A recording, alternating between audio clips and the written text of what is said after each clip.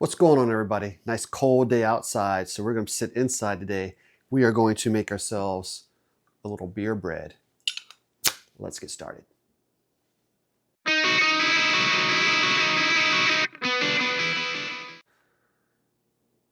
So for our recipe today, we are actually going to be using a recipe from Schlafly. This is their beer bread recipe, so that's why we're going to use their pale ale for it as well. You could use any pale ale from your favorite brewery or try to change that beer up a little bit as you want to at home in the recipe, but that's what we're going to do today. Let's get started by showing you guys the ingredients. Okay, so our first ingredient is going to be a cup and a half of flour. Now, the recipe from Schlafly calls for all-purpose flour. We actually keep gluten-free flour here in the home, so that's what we're going to use today. But go ahead and use that all-purpose flour if you have it. All right, our next ingredient calls for 2 tablespoons plus 1 teaspoon of sugar.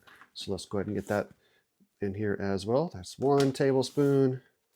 There's that second one. And we'll go ahead and get ourselves that teaspoon of sugar as well. All right, let's move on to the next ingredient. And before we go any further, we're going to head on over to the oven and we're going to preheat our oven at 325.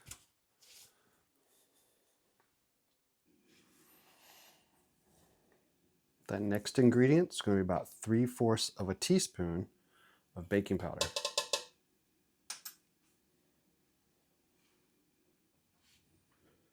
And now we're going to add in about 3/4 of a teaspoon of baking soda.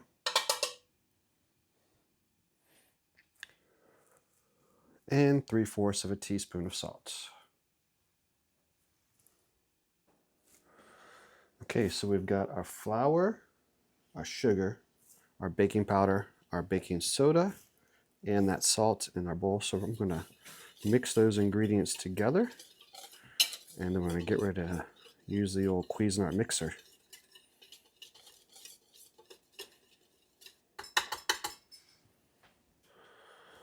Okay, our next step is we're going to grab that beer. We're going to get ourselves 6 ounces of that beer here, which is about half of that bottle. 6 for the bread, 6 for me.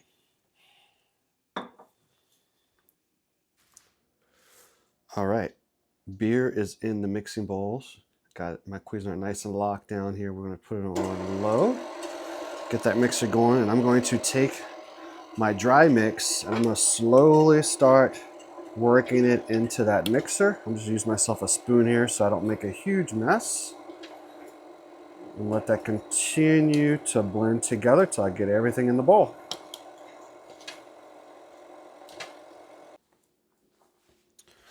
All right, so I've got myself a small loaf pan, nice and buttered up here. I actually use that pan baking spray inside, so hopefully it doesn't stick. We'll take that mixture. So what this should do is should fill up that smaller loaf pan so it's about 1/2 to 2/3 of the way full. And then it will rise when it's in the oven as well. Get that in.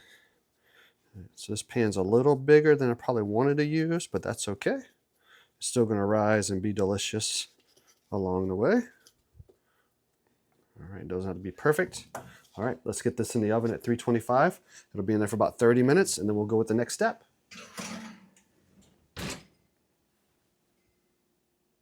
All right, that timer is going off. That means 30 minutes down. Time to pull it out. It is not done yet, but what we're doing here about halfway through the process is we're going to take a little bit of melted butter and just brush some of that across the top. Turn that timer off.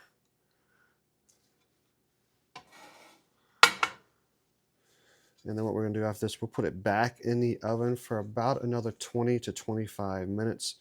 We're looking for that internal temperature to hit about 180 degrees on this.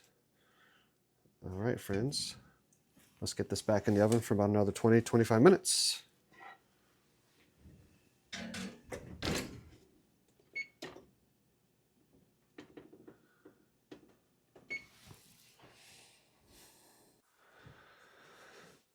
So friends, here's a little extra treat for us. So we're going to make ourselves some hot honey butter to use on that bread once we get it out of the oven to spread on those slices of bread on the other side. So took myself a stick of butter here. It's been sitting out for a little bit. It's not fully room temperature yet, although it probably should be. But I'm going to use my Pyrex bowl here. It's kind of a pseudo mixing bowl. We're going to add in some hot honey. Now, if you don't have hot honey at home, you could use regular honey, of course, and then come back and add a little hot sauce with that as well. I hope if I get the inside of this honey off. So anytime I'm using hot honey, I always use Mike's hot honey. All right, so we'll go ahead and put some of the honey in there. All right, and then we're gonna finish it off with just a little bit, just almost like a dash or so, maybe 2 or 3 dashes, I guess, of some kosher salt. And I'm gonna just kind of slowly start trying to blend that together, fold it together, get it all mixed really well. And then once it's mixed well, I'll probably set it back in the fridge for a moment until that bread is ready. Okay, beer bread is out of the oven. We're going to see if we can get it out of the pan. It doesn't really rise a lot. I remember when I get it at the restaurant as well, it's not a bread that has like a high rise to it. So let's see if we can. Oh yeah. Ooh. Get that on our board. We got that hot honey butter as well. And we're going to let it cool for just a moment and give it a taste test. Beer bread is ready. Let's go ahead and slice off a little piece off the end here. Oh yeah, look at that, my friends. And we're going to get some of that hot honey butter. Since our bread is still warm, it should melt on there nicely. Look at that.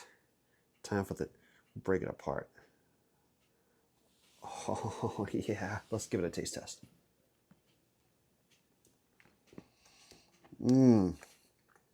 Really good. Can definitely taste the hint of that pale ale in that bread. And then I tell you what, the star of the show might be the hot honey butter on top of that as you serve it as well. We'll put everything you guys need to know in the description of this episode. Enjoy the recipe. Stay warm. Hit that subscribe button. We'll see you guys again on Bones and Brews.